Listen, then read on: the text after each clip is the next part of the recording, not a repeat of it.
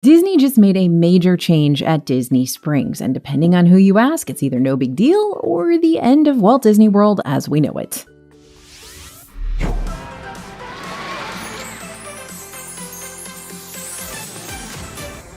Hey everybody, it's AJ for Disney Food Blog. So how you get around Disney World is changing, if you're not staying at a Disney World hotel, that is.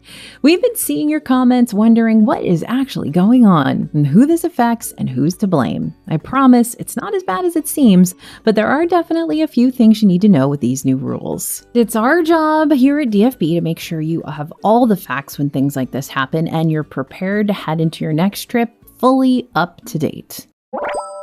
There's a lot of info spinning around, so let's break down exactly what's going on at Disney World when it comes to those new restrictions on transportation.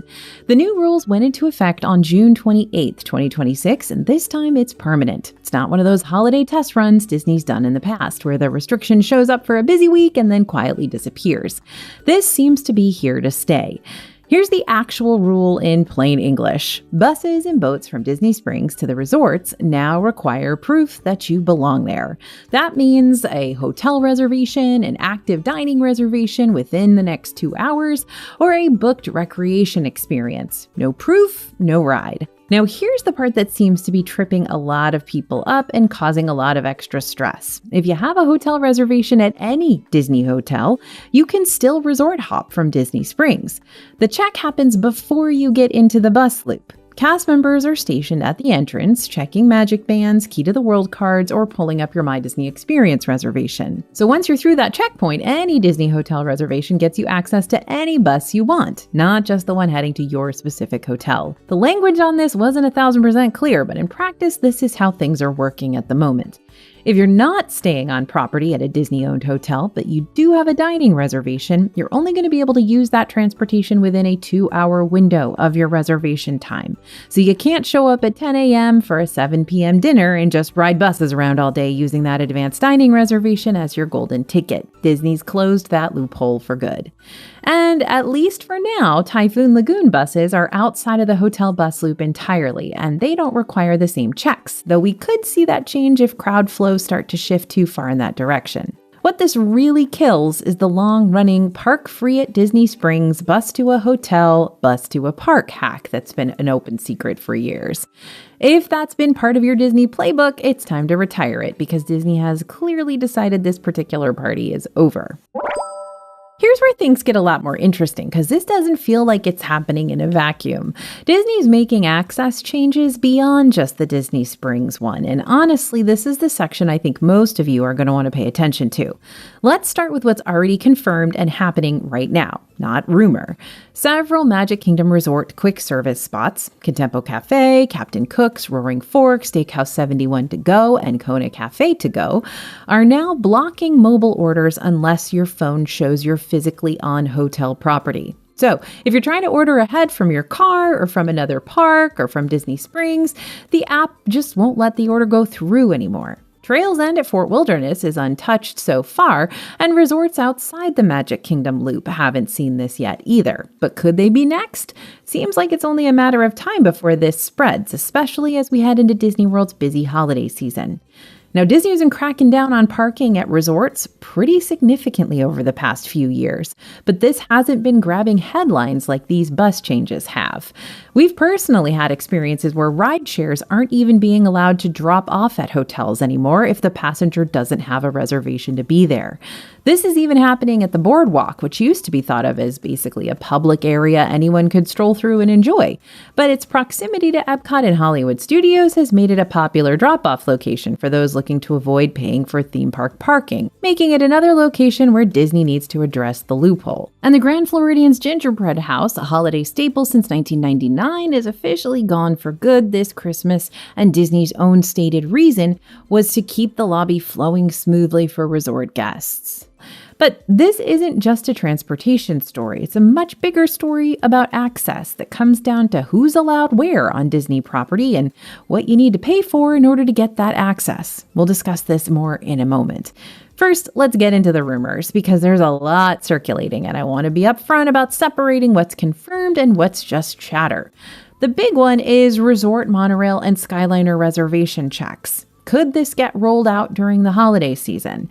Here's something worth noting. Every single one of the recent holiday announcements has carried some kind of reminder about transportation usage, so it seems as though Disney may be quietly laying the groundwork for larger scale reservation requirements in the future. But for now, this is not happening. And this isn't purely hypothetical. We've already seen it play out at the Polynesian Village Resort on those fireworks-heavy holidays.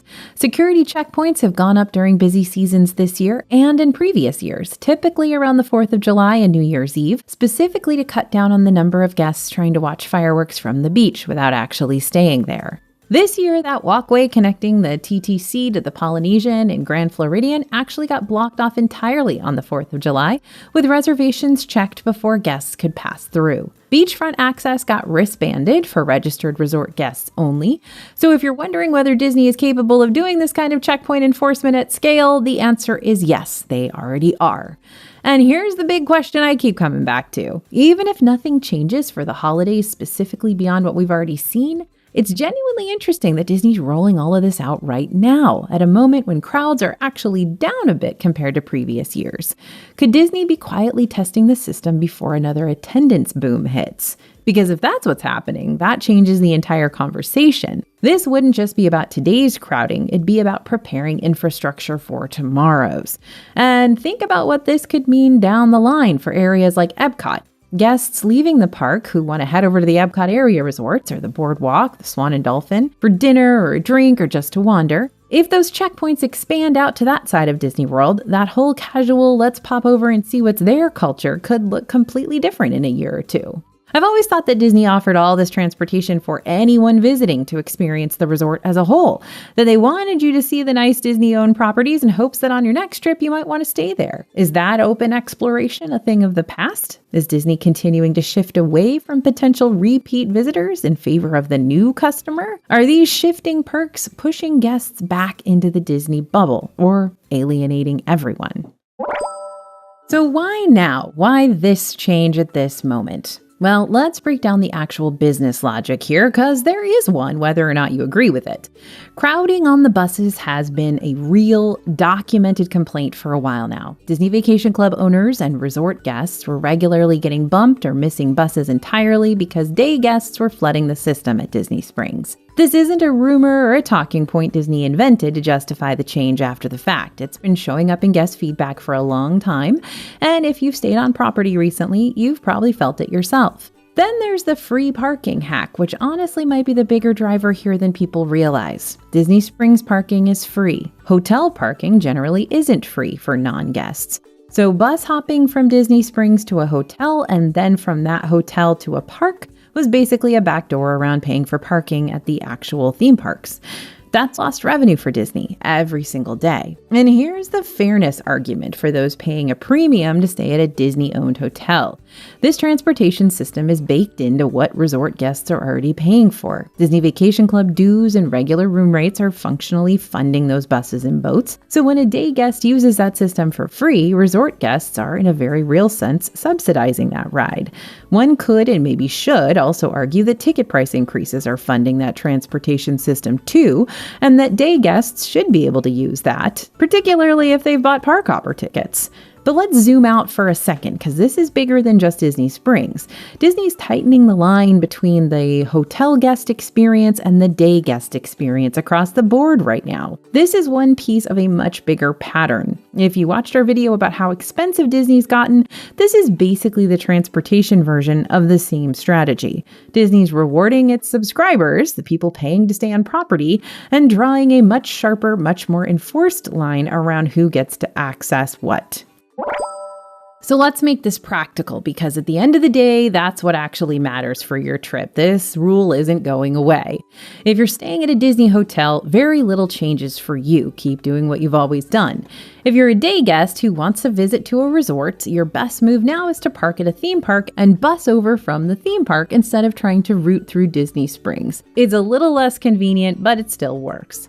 If you're staying off-site and want to experience a Disney hotel restaurant or lounge, book that advanced dining reservation ahead of time, show up within your 2-hour window, and you're totally fine.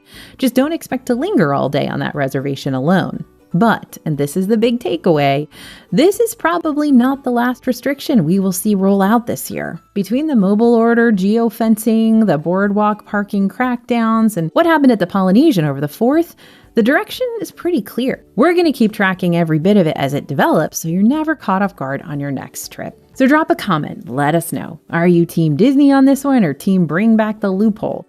Subscribe so you can catch every update and second something new drops here at DFB Guide. Thanks for listening, everyone, and thanks for watching.